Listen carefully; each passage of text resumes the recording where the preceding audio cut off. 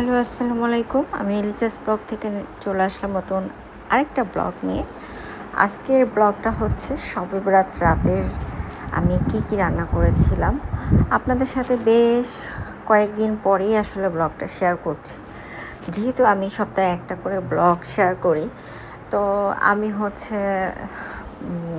যার কারণে একটু দেরি হয়ে যায়, বাট আপনাদের সাথে শেয়ার করলাম আর কি।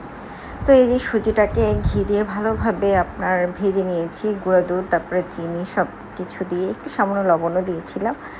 তারপরে এখন এই যে সুজির হালুয়া রান্না করব। বরফি যেটা, ওইটা আমি রান্না করব না, বরফিটা আমার পছন্দ না। তো যাই হোক, আর এখানে হচ্ছে বুটের ডালের হালুয়া। আমি মানে সুজির হালুয়া আর বুটের ডালের হালুয়া তৈরি করছি, বরফিটা তৈরি করছি না। তো যাই হোক, এই যে সুন্দরভাবে ব্লেন্ড করে তারপরে এখন এটাকে রান্না করা হচ্ছে। গুঁড়া দুধ দেওয়া হয়েছে, চিনি দেওয়া হয়েছে, সামান্য একটু লবণ দিয়ে হয়েছিল যখন আমি এই ডালটাকে সিদ্ধ করেছিলাম তখন। তো এই যে রুটি বানানো হয়ে গিয়েছে, ডালের হালুয়া, তারপরে সুজির হালুয়া। তো ওই টুকটাক রান্নাবান্না, আর গরু মাংস ছিল বাচ্চাদের জন্য, মুরগি মাংস ছিল। তো এই তো টুকটাক রান্নাবান্না। আর এই যে এখন নামাজ পড়ছিলাম, আর আমার ছোট ছেলেটা সে ঘুরছিল। আর আবরারের পাপা একটু অসুস্থ, তো তাই বাসায় নামাজ পড়েছে, সে খুবই অসুস্থ। তো এই তো, আর আমিও নামাজ পড়বো। আমি মাত্র আসলাম, সব কিছু পরিষ্কার করে, সব কিছু করে, কাজ করে, সব কিছু করে। তো এই যে, আর নামাজ মাঝে একটু গুড়ের চা, এটা কিন্তু চিনি দিয়ে এখন খাই না, গুড় বানিয়ে নিয়ে আসার পর থেকে গুড়ের চাটাই খাই, যেটা অনেক টেস্টি। গুড় দিয়ে চা খেতে কিন্তু অনেক মজা। তো চা খাবো। আর নামাজ বেশি একটা পড়তে পারিনি, বাট যতটুকু পড়ার দরকার ততটুকুই পড়েছিলাম। আল্লাহর কাছে রহমতের একটা মাস, এই রহমতের একটা দিন বলতে পারেন, এই দিনটার জন্য আমরা অপেক্ষা করে থাকি।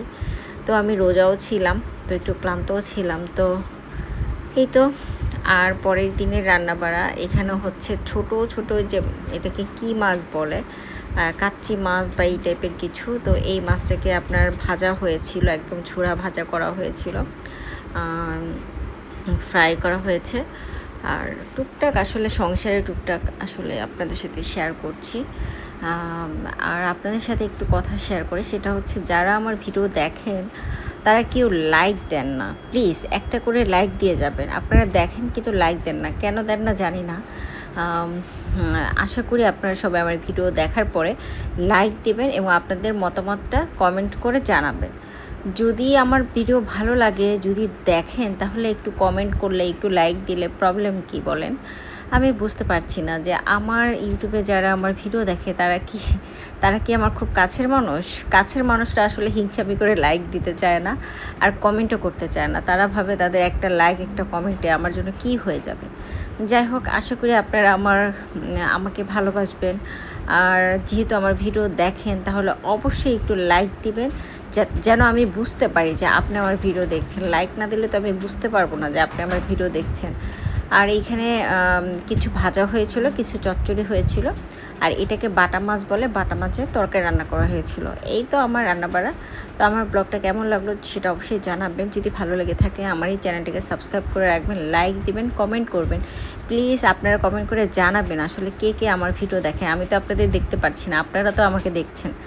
যদি আমাকে ভালো লাগে অবশ্যই কমেন্টের মাধ্যমে আমাকে জানাবেন, তাহলে আমি বুঝতে পারবো যে কে কে আমাকে দেখছে, আমার ভিডিও দেখে, তাই না? আর একটা করে লাইক দিয়ে যাবেন। আর ফেসবুকে তো আমার যারা ফ্রেন্ড তারা তো আমাকে অনেক ভালোবাসে।